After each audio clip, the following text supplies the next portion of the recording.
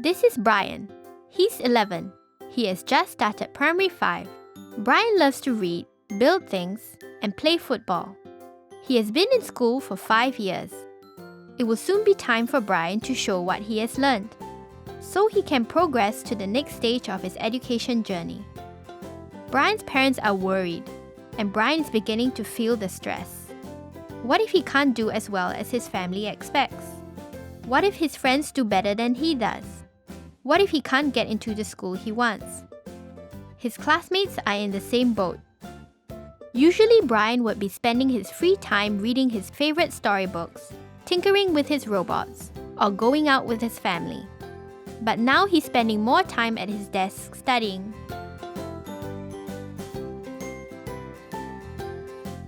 The PSLE continues to be a useful checkpoint to gauge a student's understanding of key concepts and his strengths, which can then guide his future choices. But over the years, the PSLE has been increasingly seen as a high-stakes exam, which determines a child's future.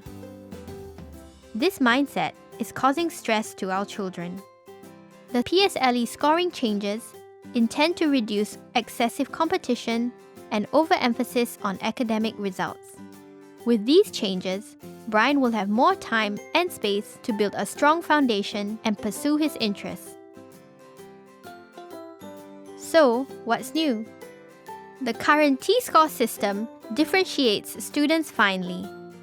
This may not be meaningful in the long run. So, we will be replacing the T-score with broader scoring bands.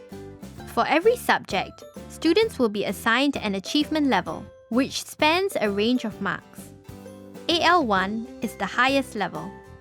Now, students who score in the same range of marks in a subject will fall into the same achievement level.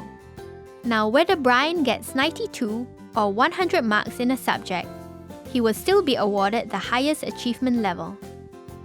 A student's total score, called the PSLE score, will be the sum of his subject achievement levels. So Brian's final score is 8. Brian's ALs will also reflect how well he has performed in the subjects, and not how he has done compared to his cohort. Brian can now focus on his own learning and not on competing with his classmates. Hopefully, Brian will have more time to pursue his interests. He is still learning many life lessons along the way. So how does this affect posting? The first criterion for posting is still the PSLE score. Now with broader bands, more students will have the same PSLE score. So, a student's choice order of schools will matter more in their secondary school posting. So what happens if Brian and his friend, Jane, have the same PSLE score? Brian has a better chance of getting into School A because he puts it down as his first choice.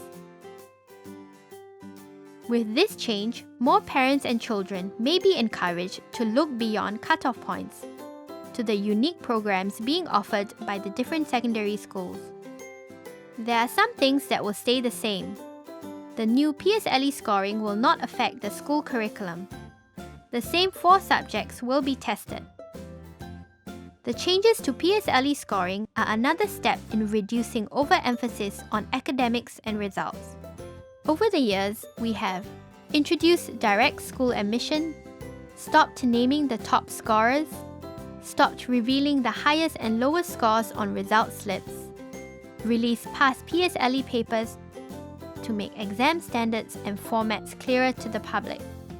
Our schools have also been introducing varied programs for students to be creative and explore their interests. They also offer opportunities for students to build their resilience, tenacity, and team spirit. By 2017, every secondary school will have distinctive programs. What does all this mean for Brian? In primary school, Brian develops strong foundation skills, but also has time to discover his strengths and interests. He is in the process of finding out who he is. He chooses a secondary school that suits his interests and abilities, and builds on his existing skills and talents. Brian is always encouraged to look beyond just academic results and enjoy the many experiences at school, that help develop his knowledge, skills, values, and character. By the time Brian leaves school, he will have developed an array of abilities that go beyond just textbooks and exams. Brian's success depends on all of us. We will need active support from parents, teachers, and the community to enable our children to reach their potential. Let us work together so that our children can do their best, each in their own way.